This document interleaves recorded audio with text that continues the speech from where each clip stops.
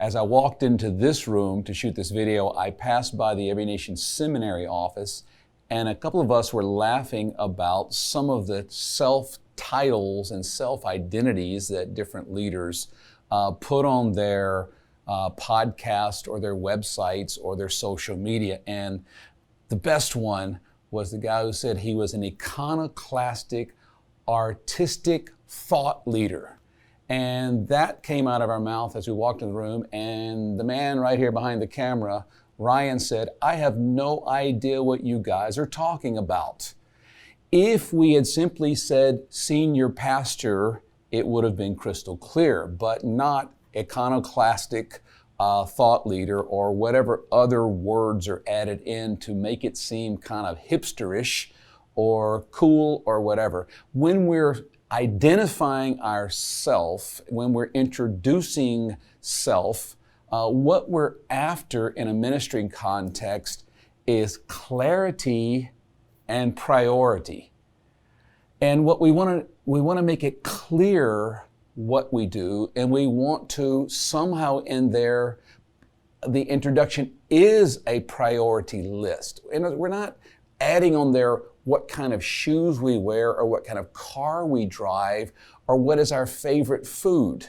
Those aren't priority when it comes to letting someone know why they should listen to us as leaders or why they should follow leadership.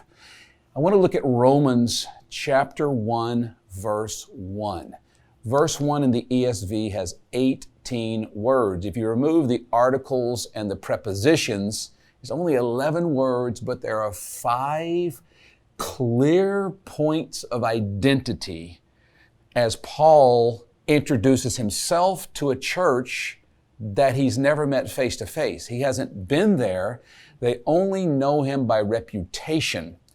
And so here's Paul. He's going to identify himself, and what he's after is clarity and priority. He's not trying to be cool. He's not trying to be relevant and relatable, but he's trying to be clear. And so this is the most important letter. Maybe he didn't think that as he was writing it, but looking back, we're thinking this is a pretty important letter. There's a lot of rich and deep and eternal and important truth here. And so right at the beginning, I'm making a decision. Do I need to listen to this guy? And that, at some level at least, that introduction and that self-revelation and that self-identity helps me understand, do I listen or not? Does it matter or not? So here's what he says in verse 1. Paul, a servant of Jesus Christ, called to be an apostle, set apart for the gospel of God. I want to talk about 5 of these words as this apostle Paul introduces himself. And of course, the first one is the word Paul. Now, a lot of people think that Saul met Jesus and turned into Paul.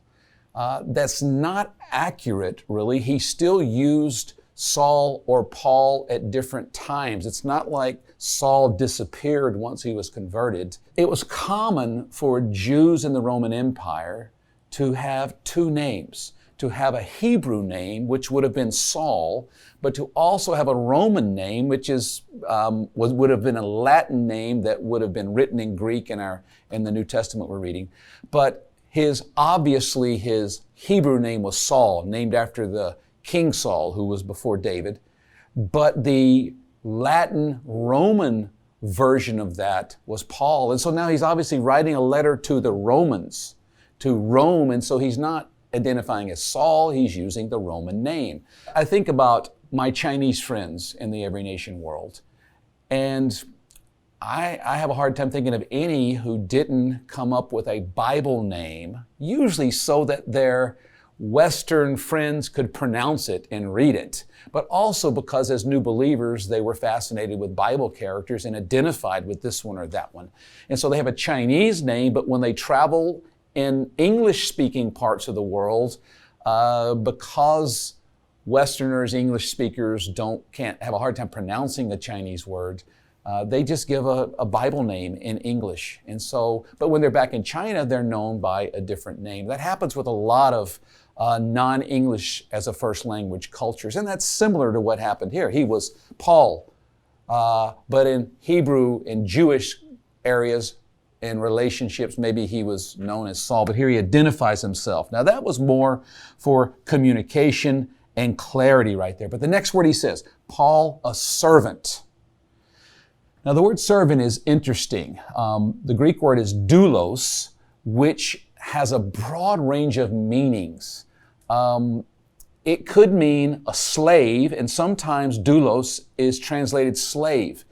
And that is in a context when that person in the context is saying there's really no control, you're owned by another. Other times it's translated as bondservant, which has different levels of servitude attached, but ultimately there could be freedom at some point. And then the other word is servant. And so it's the same Greek word, doulos. It could be slave sometimes, bondservant, or as the continuum goes, more freedom with the idea of servant. A lot of choice there. And so what he says is he identifies as a doulos, as in this time as servant.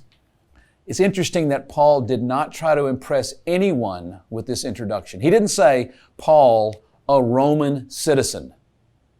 He didn't say Paul and then list all of his educational credentials, and they were impressive. He didn't say Paul and then talk about the magnitude and the scope and the size of his ministry or the latest testimonies or how large his crowds were or how many people read his letters. None of that mattered. It was a radical decision to identify as a doulos, as a servant, taking the lowly place that no one would ever choose voluntarily. And he pushes aside all of the things that would be humanly impressive. So here he goes. Paul, a servant. And what does he say next? When he talks about what he's doing and who he's doing it for, he says this word called. And calling is different than career. Calling can lead to a career. If we're talking about career, then we're talking about benefit packages and we're talking about salary negotiations and we're talking about vacation days. But if we're talking about a calling, it's something way beyond that. We're not negotiating. It's whether we obey it or we don't obey it. And he says called. And in Scripture, there's this long history of people who had the call of God on their lives. And Paul's identifying with those. So he says called. And when we think about a calling, there's always a purpose, a place, and a people. The purpose of his call, and he attaches it, we'll see in a moment, one of our key words here is gospel. And there's a purpose to his calling. And then there's a place in his classic book on spiritual theology, Eugene Peterson, writing in Christ Plays in 10,000 Places, often speaks about the gift of place. When I think about the gift of place in my own life, first it was Starkville, Mississippi, where I was doing campus ministry work at Mississippi State University. And then God interrupted that and gave me a new gift of place in Manila, Philippines. And after 25 years there, now I'm based primarily in Nashville, Tennessee. Now, I would not have chosen any one of those three places left to myself, but I look back and I am so thankful for God's choice of my place. Calling has a place. There's a purpose, there's a place, but there's a people too. And you find out later on as you read Paul's writings that there was a clear call to a people who were not like him. He was called to the Gentiles. Peter was called to the Jews. There was a clear calling to a people. And so when we think about calling, every one of you as leaders, there's a place God called you to. There's a people God called you to. And there's a purpose that He put you in that place ministering to those people. Our next word, we're talking about identity as a leader and self-introduction as a leader. We're not trying to impress people with the introduction. We're trying to bring clarity and we're communicating priorities. So here he goes. Paul, a servant of Christ, called to be what? Apostle. Called to be an apostle. Apostle is one sent. It wasn't just a religious word. To us, it's a religious word, but back then, it was someone sent, and they were sent clearly to a place, for a purpose, to a people, with a message. And there's this sending. And I think we have to ask when we think about that apostolic call that he had, and I think it applies to other callings as well, why was he sent? That's the purpose. Where was he sent? That's, there you go with the place. And to whom was he sent? There's the people. And when we think again about his apostolic call and the place, many times the place was a prison or some place that certainly he wouldn't have chosen. I think about all of the people that God called to places they would have never chosen, starting with Abraham. He was happy where he was, and God moved him to another place. I think about Joseph. The placing and the journey of the place of God is not what Joseph would have chosen. I think about Daniel and Shadrach, Meshach, and Abednego, when you just go on and on of the place of calling. And so I think when we think of an intro, that place, that calling is vitally important. And then it ends with this. So it's Paul, he's a servant, he's called to be an apostle. And then finally it says, here's the purpose, set apart for the gospel. And no matter what we're called to, it could have been prophetic, it could have been pastoral, it could have been something else instead of apostle, but ultimately it ends with gospel. Our callings are tied in with the good news, but not just good news like we are the power of positive thinking people. It's not that. It's the good news of the gospel. And we may be surrounded by bad news, but we still have a message of good news that the gospel applies in whatever our circumstance, whether it's wonderful or horrible. The gospel's still our message. The gospel's still our purpose. The gospel is still in the center. For Paul, it wasn't wonderful circumstances for him, but the gospel was still good news.